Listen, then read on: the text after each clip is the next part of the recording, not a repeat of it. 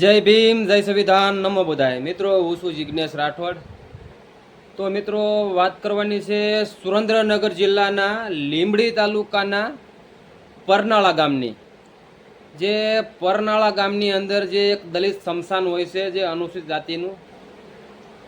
હવે જે અનુસૂચિત જાતિનું જે સ્મશાનની અંદર જે ભૂમાક્યાઓ, જે ખનિજ એટલે કે જે સ્મશાનની અંદર જે માટીઓ હોય છે એ ટ્રેક્ટરો ભરી અને લઈ જતા હોય છે.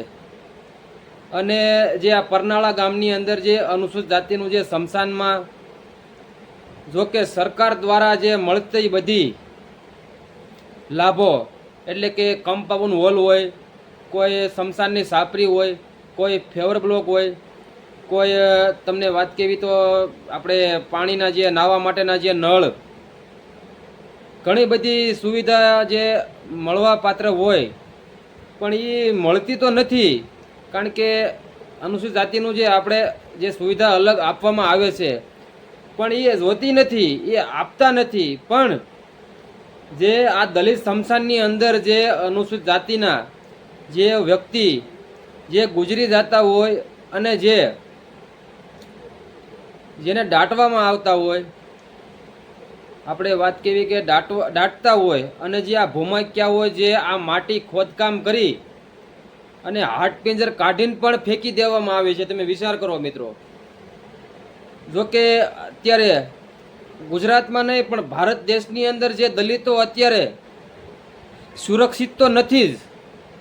કારણ કે જીવતા તો આ જે અસામાજિક તત્વો દ્વારા જે લુખીનાવ પેટનાવ જીવવા તો દેતા નથી. પણ જ્યાં અનુસૂચિત જાતિનું જે સ્મશાન છે અને અનુસૂચિત જાતિના જે લોકો જે મરી ગયેલા હોય એને દાટવામાં આવે છે, એ હાડપિંજરે પણ નાખી દેવામાં આવે છે કાઢીને. તમે વિચાર કરો મિત્રો. એટલે આ કેટલી તમને વાત કેવી તો આ કક્ષાની વાત કહેવાય. ખરેખર આ બાબત ગંભીર કહેવાય. કારણ કે આ દેશના જે મૂળ નિવાસી જે દલિતો જે અત્યારે હાલની અંદર જે જીવિત હોય છે તો એ અત્યારે હાલની અંદર સુરક્ષિત નથી. પણ જેને મરી જાય છે પણ ન્યાય હક નથી લેવા દેતા. અને માટી કાઢી અને બીજે ગમે ના વેસી મારવામાં આવે અને કાં તો વાડીની અંદર નાખવામાં આવે છે. એટલે ખાસ કરીને આપણે આ વિડીયો બનાવવામાં આવ્યો હતો. કારણ કે હર ગામડે જ્યાં દલિત સ્મશાન હોય ત્યાં નિયમ કરવામાં આવે અને જે કાંઈ દલિત સ્મશાનની અંદર જે કાંઈ સુવિધા મળતી હોય એ બધી આપવામાં આવે. કારણ કે ફેવર બ્લોક આપણે વાત કરી, ફેવર બ્લોક ફરતો કમ્પાઉન્ડ વોલ અને ગેટ બેટ બધું આવે અને તાળું મારી દેવામાં આવે, જેથી કરી ફરતો કમ્પાઉન્ડ વોલ થઈ જાય અને ડેલો લાગી જાય, જેથી કરી જે અનુસૂચિત જાતિના જે સ્મશાન રહ્યા એ સુરક્ષિત રહે. એટલે કે જો કંઈ જીવતા તો હક નથી લેવા દીધું આ લોકોએ, પણ મરતા તો માનો કે આપણે જે હાડપિંજર હોય એ તો વ્યવસ્થિત રીતે પડ્યું રહે. એટલે આપણે આ વિડીયો બનાવવામાં આવ્યો હતો. કારણ કે આવો વિડીયો તમે મિત્રો ક્યાંય જોયો નહીં હોય. પણ ખરેખર આ વિડીયોની માધ્યમથી આમાં નોંધ લ્યો તમે. અત્યારે ચોમાસાનો માહોલ હાલ્યો આવતો હોય તો અત્યારે ખરેખર સ્મશાનની અંદર ઝાડવાની એવું બધું વાવવું જોઈએ, સાફ સફાઈ કરવી જોઈએ. કારણ કે ત્યાં ધ્યાને દેવું જોઈએ દલિત સ્મશાનની અંદર. કારણ કે આપણે કોઈ મરી ગયું હોય તો પછી આપણે ત્યાં કણે જાવી એટલે બધી વાતો કરવી કે આમ કરી નાખવું છે ને તેમ કરી નાખવું છે ને, એ માહણીયું જ્ઞાન કહેવાય. એટલે એ માહણીયા જ્ઞાન બહુ નથી લેવાનું. કારણ કે આપણે સ્મશાનની અંદર બધું જાતા હોય એટલે બધા અલગ બધા વાતો કરતા હોય ઘડીક, અને પછી પૂરું, પછી પાછું કોઈક મરે એટલે પાછી બધું માહણીયા જ્ઞાનનું પાછું જ્ઞાન ચાલુ કરવું, આમ કરવું ને તેમ કરવું, તોડી નાખવું ને ફાડી નાખવું. પણ ભાઈ અત્યારે આમાં સ્મશાનની જે દલિત સ્મશાન રહ્યું આપણે, કારણ કે વહેલા મોડું આપણે ન્યાજ જવાનું છે એટલે સ્મશાનનું આપણે ખરેખર ધ્યાન રાખવું જોઈએ. નકર પછી આવા ભૂમાક્યાઓ આની અંદર પડી અને આ માટી તો હું પણ હાડપિંજર બધું કાઢીને વ્યા જાય. કારણ કે આ કાંઈ રહેવા દે એમ નથી, બધું સાફ કરી નાખવાના છે. એટલે ખરેખર આપણે અનુસૂચિત જાતિના જે સમાજના જે લોકોને ખાસ મારી વિનંતી છે, જાગૃત થવાની જરૂર છે. મારા વિડીયોના માધ્યમથી તમે વિડીયો સાંભળતા હોય તો આ મારા વિડીયોના માધ્યમથી આમાં ખાસ તમારે જાગવાનું જરૂર છે. અને જેમ તમારું ઘરનું ધ્યાન રાખો એમ સ્મશાનમાં પણ તમારે 2-4 દિવસે 5 દિવસે તમારે આંટો મારવો પડે.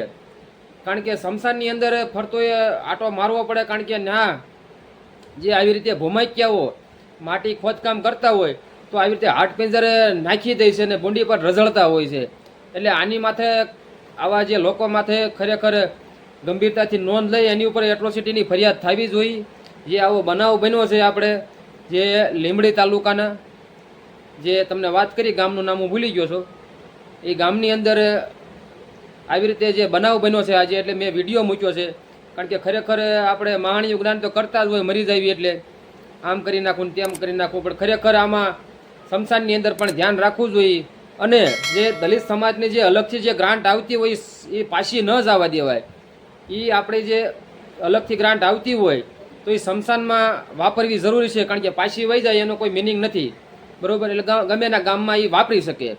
પણ જે આપણે જે ગ્રાન્ટ આવતી હોય એમાં પંચાયતમાં પણ ધ્યાન રાખવું જોઈએ.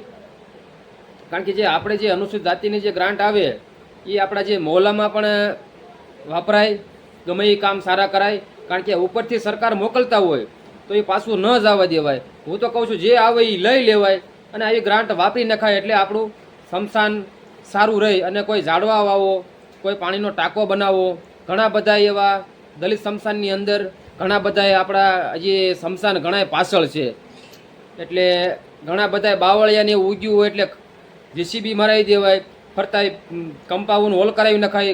ગ્રાન્ટ આપણને આપે છે સરકારમાંથી, આપણને અલગથી ગ્રાન્ટ આપતા હોય તો એનો આપણે ઉપયોગ કરવો જોઈએ. કારણ કે આપણે ઘરના નથી નાખવાના થતા, સરકાર ઉપરથી આખો હાથી મોકલે છે. પણ આપણે એનો આવડવું જોઈએ લેતા અને આપણને વાપરતા આવડવું જોઈએ. એટલે સરકાર ઉપરથી હાથી મોકલે છે પણ એ ગ્રાન્ટ આપણે વાપરી અને આપણું જે દલિત સ્મશાન છે એને સારું બનાવવું જોઈએ. જેથી કરીને ફરતોય આપણે દિવાલ કરવી જોઈએ, સુરક્ષિત દિવાલ, પાણીનો ટાંકો બનવો જોઈએ. કારણ કે ઘણી ગામડામાં હજી પાણીની વ્યવસ્થા નથી હોતી. એટલે થોડીક માણસ આપણું કોઈ ગુજરી ગયું હોય ત્યારે નાવા ધોવામાં પણ ઘણા બધા એવા પ્રશ્ન ઊભા થતા હોય છે.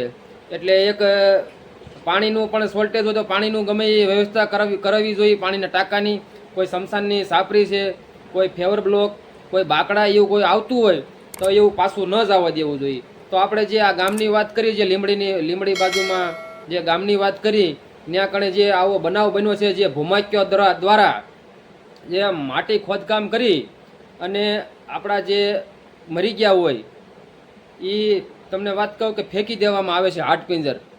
એટલે આમાં ખરેખર દલિત સમાજને આમાં ધ્યાન રાખવું જોઈએ. અને દલિત સ્મશાનમાં પણ 1-2 દિવસ જવું જોઈએ. અને જે કાંઈ ગ્રાન્ટ આવતી હોય તો એમાં વાપરવી જોઈએ. જેથી કરીને આવો જે બનાવ બને છે એ બને નહીં. કારણ કે જીવતા હક નથી લેવા દેતા. તો પછી આપણે આમાં જે સ્મશાનની અંદર ધ્યાન નહીં રાખવી તો પછી સ્મશાન તો વ્યૂ જશે પણ આ હાડપિંજરે ભૂંડી પટ નાખી દેવામાં આવે છે અને રઝળતા હોય છે. એટલે આવું ન થાય એટલે મારી ખાસ વિનંતી છે, ગામડે ગામડે આ વિડીયો પોગાડજો. અને દલિત સ્મશાનની અંદર ખરેખર આની અંદર દલિત સ્મશાનમાં ધ્યાન દેવું જોઈએ. જેથી કરી આ ગામની અંદર આવી રીતે હાડપિંજર જે આવા ભૂમાક્યા દ્વારા જે નાખી દેવામાં આવે છે અને માટી ખોદકામ કરી અને વેસી મારવામાં આવે છે. એટલે સરકારને પણ ખાસ વિનંતી, આવા લોકોને છોડવા ન જોઈએ. અને દલિત સમાજના લોકોને પણ આમાં ધ્યાન રાખવું જોઈએ. કારણ કે આ માટી ખોદી નાખે છે અને જે હાડપિંજરે પણ ફેંકી દેવામાં આવે છે. એટલે આવો બનાવ ન બને એટલા માટે દલિત સમાજને પણ જે આ દલિત સ્મશાનની અંદર ધ્યાન રાખવું જોઈએ. અને જે કાંઈ ગ્રાન્ટ આવતી હોય તો એ વાપરવી જોઈએ એટલે સારું રહે. જય ભીમ, જય સંવિધાન.